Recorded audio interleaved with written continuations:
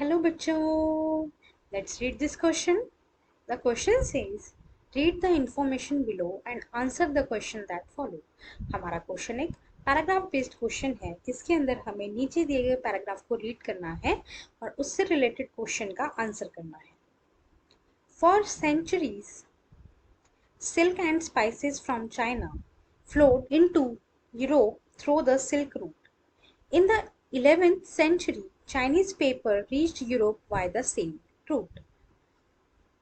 बहुत सेंचुरीज तक सिल्क और स्पाइसेस जो है चाइना से सिल्क रूट के थ्रू यूरोप तक पहुंचे और 11th सेंचुरी में चाइनीज पेपर भी यूरोप तक इसी रूट से पहुंचा.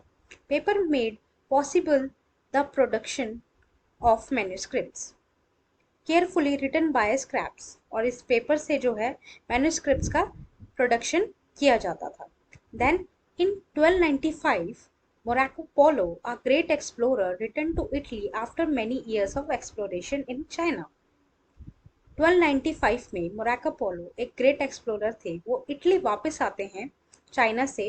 चाइना में काफ़ी साल बिताने के बाद, काफ़ी एक्सप्लोरेशन के बाद. As you read above, China already had the technology of woodblock printing. Marco Polo brought this knowledge back with him.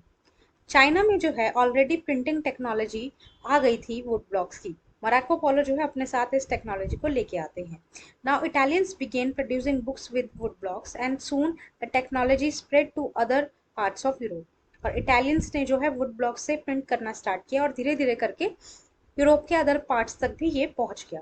Luxury editions were still handwritten on very expensive vellum meant for aristocratic circles and rich monastic libraries. But जो luxury editions थे वो अभी भी हाथ से लिखे जाते थे. वो काफ़ी ज़्यादा एक्सपेंसिव वेल्यूम पे होते थे. जो एरिस्टोक्रेटिक सर्कल्स थे, जो रिच मोनास्टिक लाइब्रेरीज थी, इसमें ये चीज़ें पाई जाती थी. Which scoffed at printed books as cheap vulgarity. Merchants and students in the universities towns brought the cheaper printed copies. और जो merchant और students होते थे वो cheaper copies को खरीदा करते थे. As the demand for books increased, bookseller all over the Europe began exporting books to many different countries. जैसे जैसे बुक्स की डिमांड बढ़ी, जो बुक सेलर्स थे उन्होंने डिफरेंट कंट्रीज से बुक्स को एक्सपोर्ट करना स्टार्ट कर दिया. Book fairs were held at different places. Books fair भी होने लगे. Production of handwritten manuscripts was also organized at new ways to meet the expanded demand. और जो हैंड रिटन manuscripts थी उन्होंने भी अब ज़्यादा ऑर्गेनाइज्ड वे स्टार्ट कर लिया था अपने डिमांड को पूरा करने के लिए. Apps और skilled hand written were no longer slowly employed by wealthy or influential patrons but increasingly by booksellers as well. और जो हैंड रिटन मैन्युस्क्रिप्ट थी वो धीरे धीरे जो है खत्म होने लगी. More than 50 scraps often work for one book seller. और 50 से ज़्यादा स्क्रैप्स जो हैं बुक सेलर के अंडर वर्क करने लगे.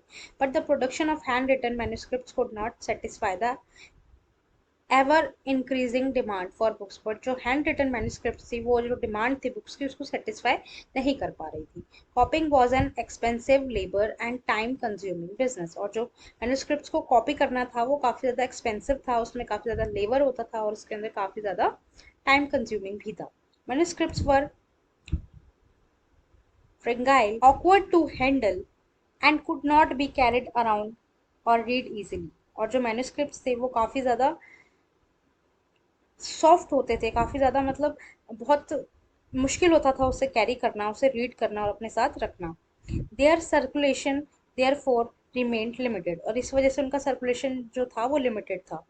With the growing demand for books, would blocks printing gradually become more and more popular.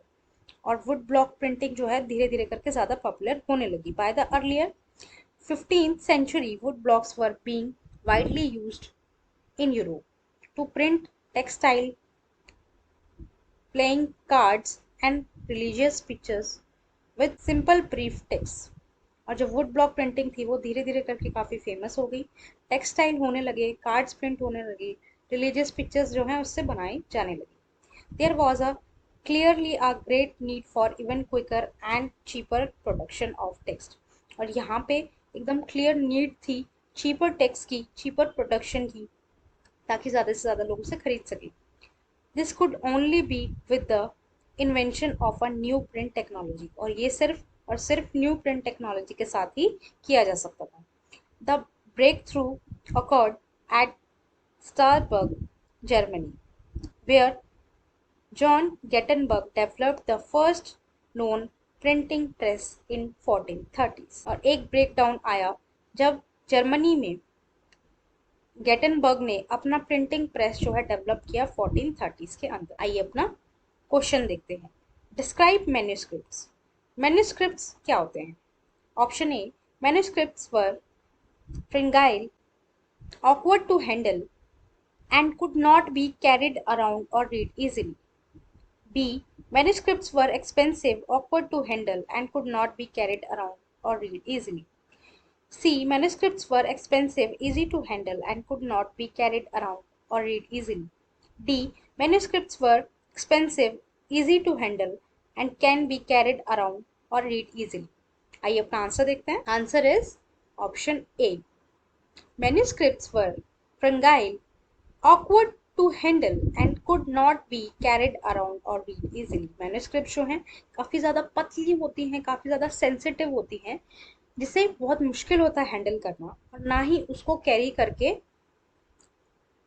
जो है आसानी से रीड किया जा सकता है। मतलब उसको पढ़ने के लिए आपको बहुत सावधानी बरतनी पड़ती है, तब जाके आप उसको रीड कर पाओगे, नहीं तो वो फट जाएगा या खराब हो जाएगा। राइट, यहाँ पे अटैच करी हुई है हैंड रिटन मैन्यूस्क्रिप्ट्स है।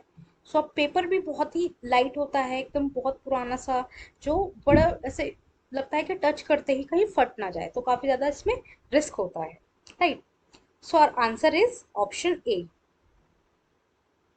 ऑप्शन ए जो है हमारा करेक्ट आंसर है। बाकी सारे ऑप्शन जो हैं वो एलिमिनेट हो जाएंगे। Option B, option C and option D जो है वो रॉन्ग आंसर है।